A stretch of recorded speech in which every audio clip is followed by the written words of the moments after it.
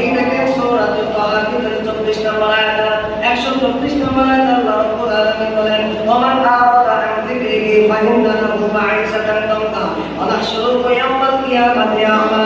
যারা আল্লাহর জিকির থেকে অনুসরণ থেকে মুখ ফেরাবে, যারা আল্লাহর জিকির থেকে অনুসরণ থেকে মুখ হয়ে যাবে, মাঈশাতান দানকা, তাদের জীবনটা সংকট হয়ে যাবে, ঠিক কিনা? তাদের জীবনটা সংকটে পরিণত হবে, তার পরিবারের মধ্যে রহমত আসবে না, তার পরিবারের মধ্যে বরকত আসবে না, তার পরিবারের মধ্যে অভাব লেগে থাকবে, তার পরিবারের মধ্যে আযাব সৃষ্টি হবে। আজকে আমরা দুনিয়ার মধ্যে আযাব থেকে কেন? আমরা ইসলামের মধ্যে থাকি না, কারণে ইসলামের আইন অনুযায়ী না চলার কারণে আজকে আমাদের কাছে আযাব সৃষ্টি হচ্ছে। আজকে থেকে না তো উপদ্রব কেমন লাভ করতেছে, ও বান্দা, আজকে আমাদের কারণে এই থেকে লাভ হচ্ছে। কিসের কারণে?